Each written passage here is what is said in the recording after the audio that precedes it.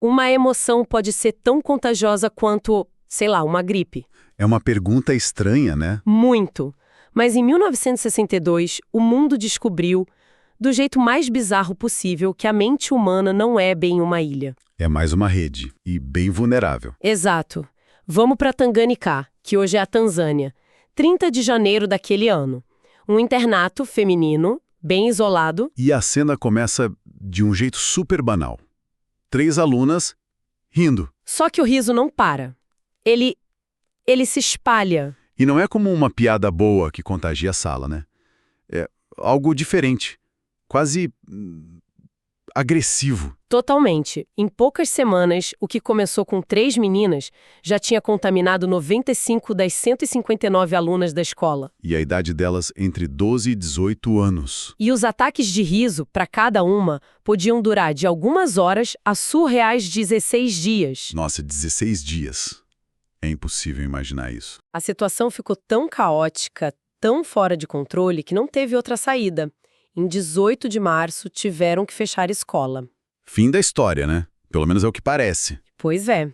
E essa é a versão que virou lenda na internet, né? A epidemia de risos.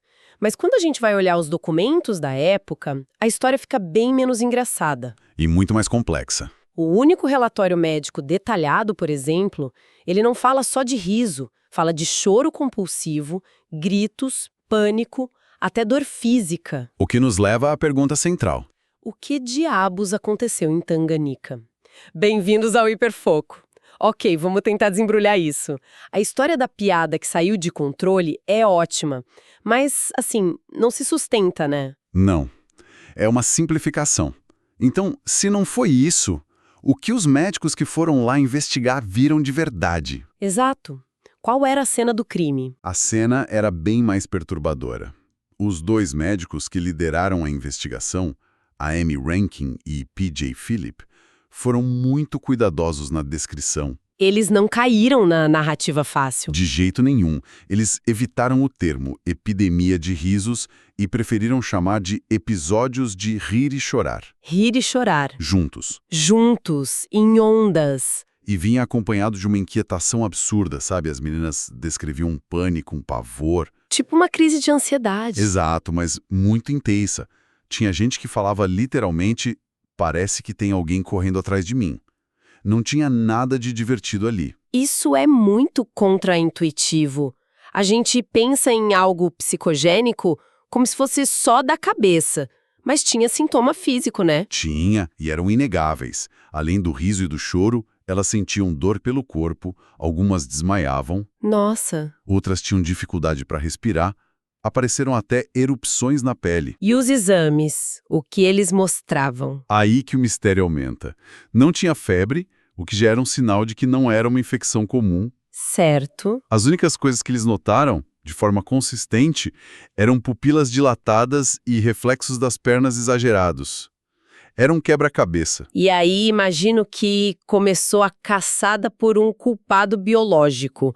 Um vírus, uma bactéria. O protocolo padrão. Foi uma investigação tipo digna de série de TV. Coletaram líquido da medula, sangue, tudo normal. Enviaram amostras para um instituto de pesquisa de vírus super renomado em Uganda e a resposta foi: nada. Nenhum patógeno? Putz. Nenhum. Aí a suspeita foi para envenenamento. Faz sentido, comida do refeitório, água. Exato. Investigaram tudo isso. Checaram até plantas locais, tinha uma suspeita de uma planta alucinógena chamada datura. E também não era? Também não. Os sintomas não batiam e o jeito que a doença se espalhava não seguia o padrão de uma fonte de contaminação, sabe?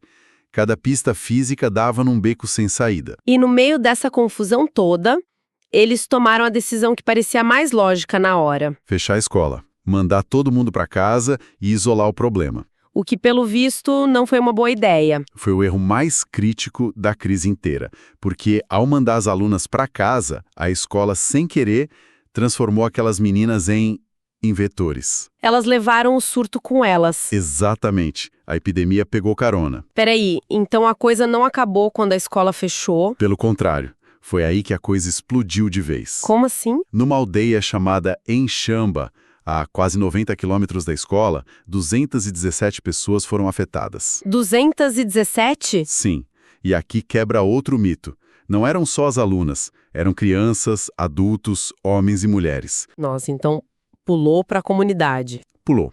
No total, esse fenômeno se arrastou por 18 meses.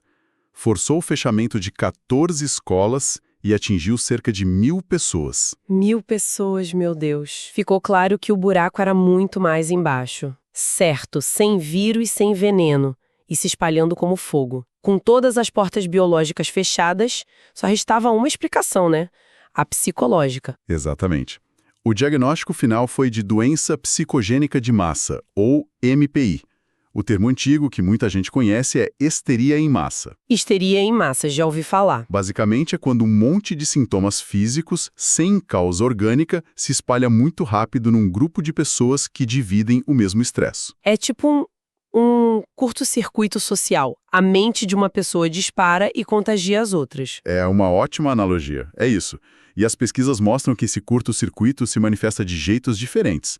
Tem duas variantes principais. Certo. A primeira é a variante de ansiedade, mais comum hoje em dia no Ocidente. Os sintomas são mais internos. Dor de cabeça, tontura, náusea. E a segunda? É a variante motora, que na época era vista como mais primitiva. Aí os sintomas são para fora, são dramáticos.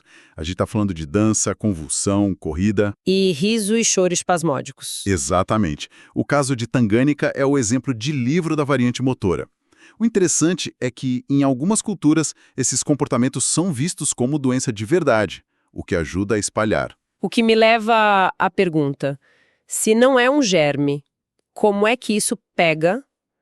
Qual é o vetor de contágio? O vetor é a própria percepção. A transmissão acontece pelo que você vê e pelo que você ouve. Ah, entendi. Ver ou ouvir albirugando um ataque funciona como um gatilho muito poderoso para outras pessoas que já estão sob o mesmo estresse, sabe? A mente vê o sintoma e o adota como uma resposta válida para a própria angústia. A mente é o próprio agente infeccioso, então? Basicamente, sim. E o sistema nervoso é o meio de contágio. Ok. O diagnóstico é doença psicogênica de massa.